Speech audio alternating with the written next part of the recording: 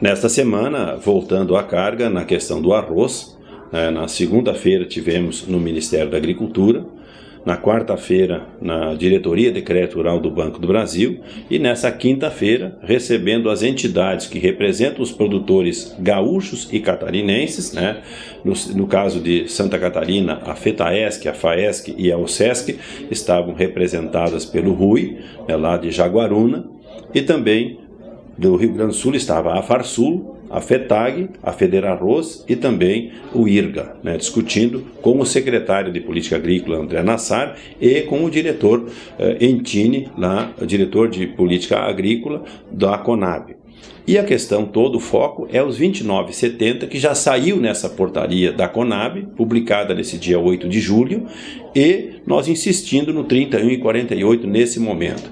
Todas as entidades conclamaram e pediram e mostraram problemas que ainda tem, os erros que ainda tem no atual custo da CONAB, mas nesse momento, como já tinha um custo que foi realizado, reuniões em Santo Antônio da Patrulha, representando o litoral norte, lá em Pelotas, representando a Zona Sul, lá em Uruguaiana, representando a fronteira oeste, e em Cachoeira, representando a Depressão Central, isso representa mais de 800 mil hectares do Rio Grande do Sul.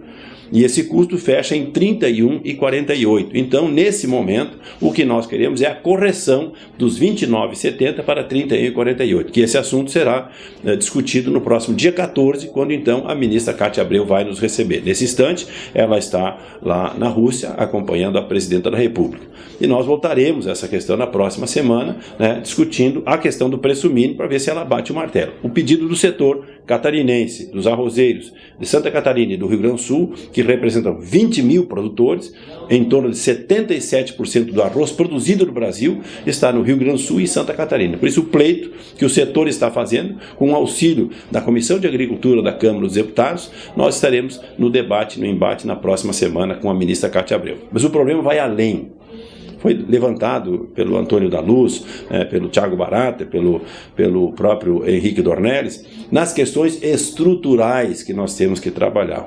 O secretário André Nassar trabalhava no Instituto Ícone quando fizeram o estudo da carga tributária sobre o arroz dentro da porteira. Então eu falava ao André que conhece que 24% de um saco de arroz dentro da porteira do produtor é imposto, 42% é federal, 52% é estadual e 6% é municipal. Então nós vamos começar uma discussão para resolver o problema estrutural com a Secretaria de Política Agrícola do Ministério da Agricultura e a Secretaria de Assuntos Econômicos do Ministério da Fazenda e também a própria Secretaria da Fazenda do Estado do Rio Grande do Sul, com as entidades representativas do setor. Esse é o próximo assunto que nós já começamos a pautar hoje na audiência desta quinta-feira pela manhã. E um segundo assunto diz respeito aos custos de produção, fertilizantes, defensivos, peças, máquinas, diesel e energia elétrica, que nós estaremos debatendo numa sequência de audiências no próximo mês de agosto, aqui na Comissão de Agricultura da Câmara dos Deputados, para ver essa questão estrutural do arroz. E um outro item, que também nós levantamos na questão, nós temos que ter o Ministério da Agricultura capitaneando uma conversa dos produtores, através das suas entidades, da indústria do arroz e do supermercado, porque na distância do produtor, indústria e supermercado até chegar ao consumidor, alguém fica com essa fatia que nesse momento a redução de preços pagos aos produtores não reflete a redução de preços pagos pelo consumidor. Então no meio da cadeia, que não é nem o consumidor numa ponta e nem o produtor na outra, é que estão levando vantagem no processo. Para o produtor, se eu pegar o preço de janeiro desse ano com o preço de junho de agora, caiu praticamente quase 30% o preço recebido pelo produtor, enquanto que o preço pago pelo consumidor de São Paulo, que nós tomamos de exemplo, não chega a 5% de diferença. Então, nós também pautamos com o André Nassar que nós temos que ter uma conversa na sequência do mês de agosto em diante, porque esse assunto não se resolve numa reunião.